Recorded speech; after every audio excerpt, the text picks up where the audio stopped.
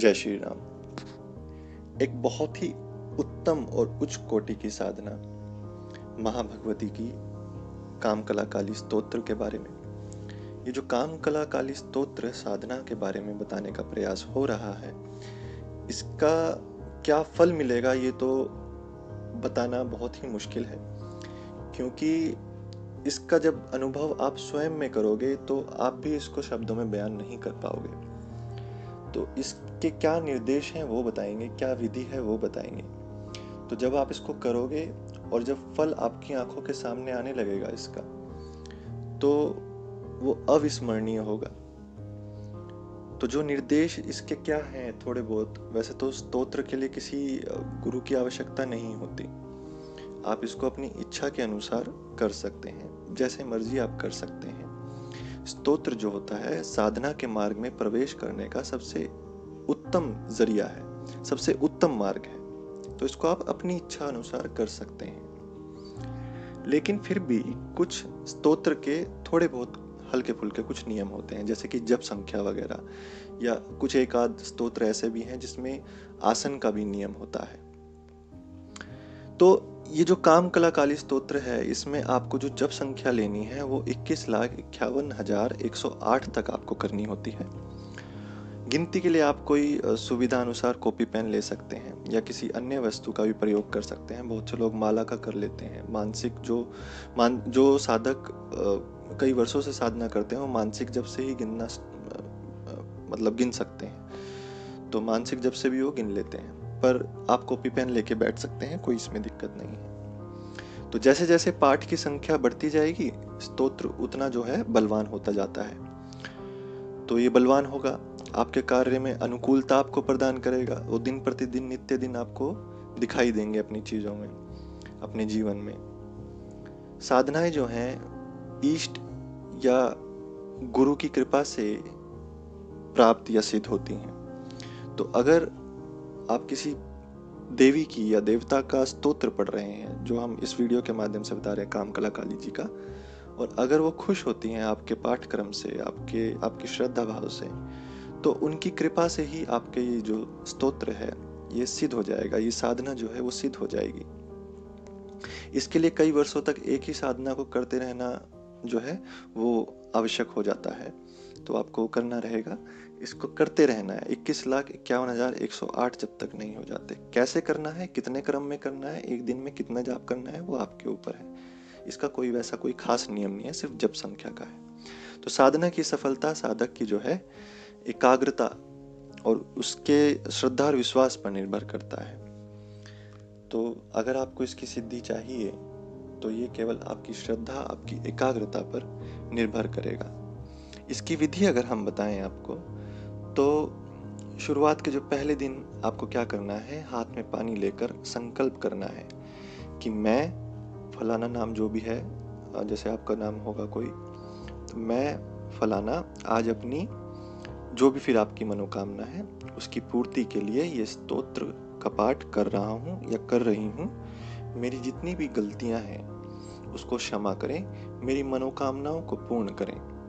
इतना बोलकर जो है पानी आपको जमीन पर छोड़ देना है। ऐसे फेंकना नहीं है, बहुत इज्जत सम्मान के साथ जो है ऐसे नीचे हथेली हल्का सा नीचा टेढ़ा करके छोड़ देना है। तो इसमें कुछ चीजों का जो ध्यान रखना है आपको, एक तो उत्तर या फिर पूर्व की दिशा में आपको मुख करके बैठना है। आसन थोड़ा सा आप लाल भी ले सकते हैं, अन्यथा पीले रंग का भी इसमें चल जाएगा। शक्ति स्तोत्र एक और है जिसका पाठ आपको करना होगा इससे पहले। ये आप रात्रि के 9 बजे से लेके सुबह 4 बजे के बीच तक कर सकते हैं। अगर संभव ना हो तो दिन में भी कर सकते हैं, इसमें कोई ऐसी दिक्कत वाली बात नहीं है। अगर अर्धरात्रि में आप पाठ करते हैं तो वो ज्यादा श्रेष्ठ होता है। पाठ के दौरान किसी को आप गाली गलौज या किसी के बारे में गलत विचार या ईर्ष्या भाव या कुछ भी अपमानित चीजें वो आप ना बोलें ना सोचें। साधना काल में आपको किसी को आशीर्वाद या श्राप भी नहीं देना है, इस बात का भी ध्यान रखें। बहुत से बुजुर्ग लोग जो होते हैं, अगर आसपास से बच्चा निकल जाता है, तो कई बार क्या होता है, हम जाप तो कर रहे हैं लेकिन उन पे प्यार भी आ जाता है।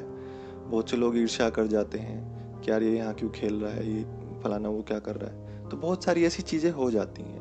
हमारा काम है सिर्फ इन चीज़ों से आपको अवगत कराना है। इससे आपकी जो साधनात्मक शक्ति का जो होती है उसका ह्रास हो जाता है, वो नष्ट हो जाती है। कोई भी महिला हो, कोई आदमी हो, फिर चाहे वो नौकर या नौकरानी क्यों ना हो, ठीक है, आप उसका अपमान ना करें। यथासंभव हर स्त्री को देवी के रूप में आपको देखना है। सात्विक आहार लेना है साधना के दिनों में। आचार और विचार को शुद्ध रखना है।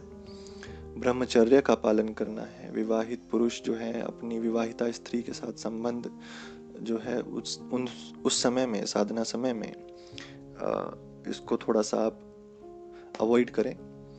व्यर्थ के प्रलाप, जो सांसारिक बातें हैं, उनसे दूर रहें। बिना मतलब का ढिंढोरा ना पीटें। ये कोई सी भी साधना ले लो, इन सब में बहुत ज़रूरी होती हैं। इससे आपकी शक्ति जो है वो कम होती है, क्षीण होती है।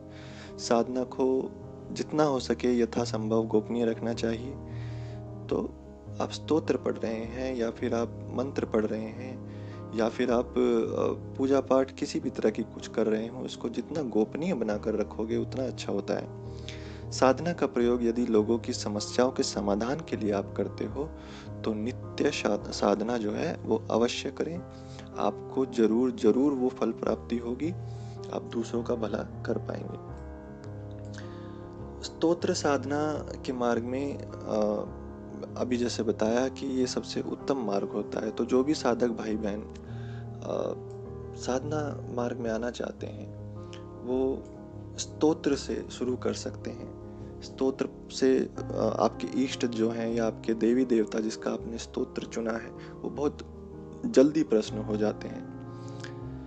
तो अगर नित्य साधना नहीं करेंगे, आप समस्या समाधान करेंगे, तो धीरे धीरे आपकी शक्ति क्षीण होती जाएगी और काम भी आपके जो हैं वो होने बंद हो जाएंगे। तो नित्य साधना करना बहुत जरूरी है। तो काली का जो स्तोत्र है वो आप गूगल से प्राप्त कर सकते हैं। उत्तर या पूर्व की दिशा मुख करके बैठना है। ये 2-4 चीज़ें, 5-6 चीज़ें मैंने जो बताई हैं, केवल इनका ध्यान रखना है और वो पाठ आप शुरू करें। शक्ति स्तोत्र का पाठ जरूर करें, ठीक है।